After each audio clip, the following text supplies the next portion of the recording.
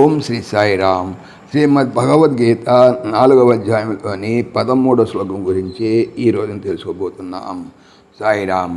భగవానుడు గత శ్లోకములో మనుష్య లోకంలోనే కర్మం యొక్క ఫలితము శీఘ్రముగా కలుగునని చెప్పారు. అయితే ఇప్పుడు భగవంతుడు తాను చేయు జగ సృష్టి మొదలగు కార్యములన్నీ కూడా కర్తృత్వ రహితములుగా ఉండునని ఈ రాబోయేటువంటి 2 శ్లోకముల ద్వారా తెలుపుతున్నారు. చాతుర్వర్ణ్యం మయా సృష్టం గుణకర్మ విభాగశః తస్య కర్తారమపి మాం విద్య కర్తారమవ్యయం.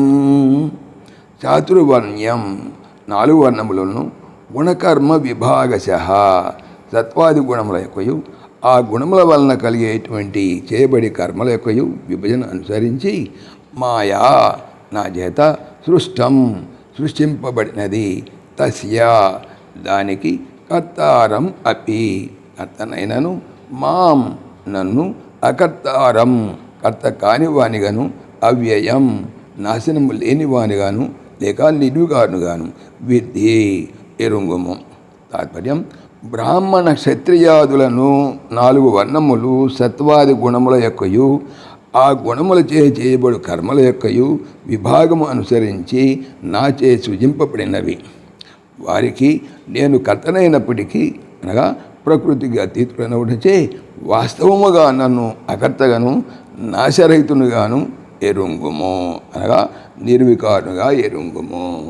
సాయిరామ్. ఓం దేవకీ నందనాయ విద్మహే వాసుదేవాయ ధీమహి తన్నః కృష్ణ ప్రచోదయాత్. ఓం సర్వం శ్రీకృష్ణార్పణమస్తు. జై శ్రీకృష్ణ. జై శ్రీకృష్ణ.